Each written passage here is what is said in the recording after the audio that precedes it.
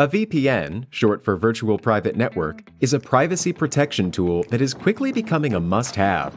But why do you need a VPN, and how does it work in the first place? A VPN helps your data travel through the internet safely, without big companies or cybercriminals being able to spy on your online activities. Also, a VPN swaps the real location of your device with a new one. This way, you can virtually travel to any country around the globe. So, who can benefit from a VPN? If you're worried about your online privacy, a VPN makes sure your identity and private information are not exposed when you go online. If digital security is your top priority, a VPN gives a nice additional layer of security. It encrypts your data so nobody could see what you send and receive. If you are a human rights activist whose freedom of speech is restricted, a VPN helps you to bypass censorship and speak to the world. Or, if you're on holiday in another country, with a VPN, you can bring your home entertainment anywhere you go. Here's a pro tip: check out Surfshark VPN. It has everything you need in a premium VPN, awesome speeds, and industry-leading protection that covers all of your devices. All you have to do is click connect. Secure your digital life and enjoy everything good that the internet has to offer with a VPN you can trust. Click link in the description and get 81% discount for your first order. Identifying relief prints. Understand the process of relief printing. Relief printing is the oldest and most traditional printing technology and involves reproducing images at its most basic. In relief printing, a wood or metal relief block is carved by cutting away the areas of the picture that will not be printed. Then ink is applied to the raised areas either by dabbing the areas to be printed or rolling the ink on. The final stage of the process involves transferring the ink to the page by laying a sheet of paper and applying pressure. Examples of relief prints include wood block printing, linocut, typeset. Examine the rim of the print. One of the quickest and most reliable ways of identifying relief prints is to examine the edges of the print for evidence. The process by which ink is transferred from the block via pressure will produce a characteristic rim around the edges of life. This is a feature that is only characterized by relief printing processes, so it's always a sure sign. For comparison purposes, examine the serial number on any bill of U.S. currency. You should notice the rim of the numbers is slightly darker than the inside. This is a sign of relief printing. Look for this tendency in the piece that you're examining. Look for signs of embossing. Another fairly reliable way of identifying relief printing is to look at the back of the piece for signs of embossing, another result of the transfer process in relief printing. Examine the page and feel with your hands for signs of raised perforation and pressure, signifiers of the paper being pressed on the relief block. Compared with intaglio printing, the pressure required to make relief prints is relatively minor, meaning that embossing will sometimes be difficult to see and differentiate from that of intaglio printing, which is more severe. Reflectance transformation imaging (RTI) is often used to highlight and document the physical signifiers of embossing in relief printing. Look for signs of cutting in the cross-hatching or shaded areas. While it might seem obvious, one of the best ways of distinguishing relief from intaglio printing is in examining the black marks as closely as possible and trying to decide whether it looks like they were raised or the white marks were raised on the original block. This is part intuition and part experience, but one of the best places to look is in shaded or cross-hatched areas. On relief prints, you should be able to see that shading is made by cutting out little wedges between short lines, then cutting a long line at right angles, leaving smooth outside lines. Identifying intaglio prints. Understand the process of intaglio printing. Intaglio is Italian for incising, and correspondingly revolves around a process of applying ink into the grooves or etches or engravings, then using a lot of pressure to transfer that ink from the indents onto the page. This usually results in slightly crisper, more substantial lines that you can learn to identify. The process was developed in the 1500s.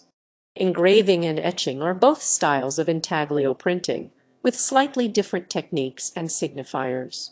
Engraving is typically done on copper plates, using a baron, a V-shaped cutting tool, to remove slivers of metal from the surface of the plate.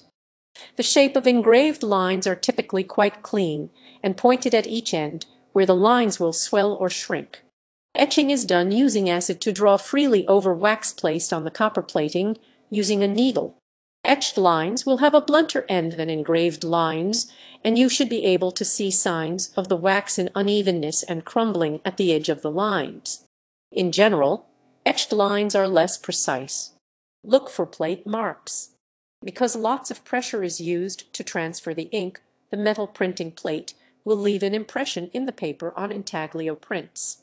The corners of these marks should be rounded, since sharp edges would rip the paper, and the edges will often retain traces of ink that wasn't completely wiped off the plate during the printing process. Plate marks are always signifiers of intaglio printing, whether engravings or etchings. If you don't see a plate mark, it won't show up on every intaglio if the plate was wiped off completely. Look for raised ink. Because of the way the printing process works, the strongest and darkest lines should be raised when compared with the surrounding areas, because it will take more pressure and more ink to make the darker line pop out. This is one of the most reliable signifiers of intaglio printing, etched or engraved. Look for varying intensity of color in single lines. In intaglio printing, the lines will have varying levels of intensity in terms of the ink displacement compared to relief printing, which should be relatively uniform. This is because the depth of the grooves can be adjusted, resulting in darker or lighter printed lines accordingly in the same line. Look along longer lines to see whether or not they become darker in the interior. If so, it's almost surely a sign of intaglio printing. Look at the shape of the line. Engraved lines will flow smoothly, swelling some before tapering to a point, while etched lines will have shakier, round edges. Often, intaglio prints will involve bits of both types of printing, as is found on U.S. currency, in the printed pictures on the front and back. Study more intaglio techniques. There are lots of subcategories of intaglio printing that will display particulars of the process, so you can narrow your identification skills even more specifically. Other intaglio techniques include aquatint, mezzotint, steel engraving, stipple engraving, identifying planographic lithographs. Understand the different varieties of lithography. Lithography is a big term often used to refer to many different styles of printing, contemporary and classical. But, in pre-photographic terms, planographic lithography is that which is printed from a flat surface. In planographic printing, plates are prepared by laying down an image in a greasy or oily substance, typically called tuste, that will hold ink. The blank areas of the plate will then be washed off with water, removing the ink from those areas. Types of planographic lithography include chalk manner prints, which are made by using wax crayon to draw the image onto limestone. Chromolithography, which are identifiable based on the stippling of multiple colors on the plate. Tinted lithography is made via two plates, one of which uses broad individual background strokes of tinting to give the image background color. Transfer lithography isn't transferred directly from stone to paper, but from transfer paper to the stone itself, meaning that the image needn't be drawn in reverse originally. Magnify the image. Unlike some of the other varieties of pre-photographic print identification, planographic lithography needs to be examined using at least 10x magnification to notice the signifiers necessary for proper identification. Since the absence of intaglio and relief printing marks doesn't necessarily mean you're dealing with a lithograph, look for the absence of plate marks. If you find plate marks, you're always dealing with a relief or, more likely, an intaglio print. Because the image is taken directly from a flat stone, there will never be plate marks of the sort you'd find on those prints on a lithograph. Look for the flatness of the ink. Upon close examination, you should notice that there is no difference in the depth of the ink and the blank paper. Everything should be on the same level, with no imprinting of whiteness or darkness. Noticing this will require serious magnification, but it's a good indication that you're dealing with some variety of planographic printing, since the ink has come from a flat surface that didn't imprint itself in the paper. Look for the illusion of shade, created by multiple layers.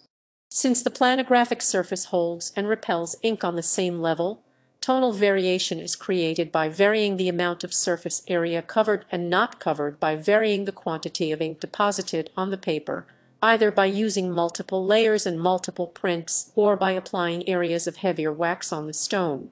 A print with multiple colors will overlap those colors in certain areas. In general, you won't find green, but overlapping areas of blue and yellow, a more efficient process of printing.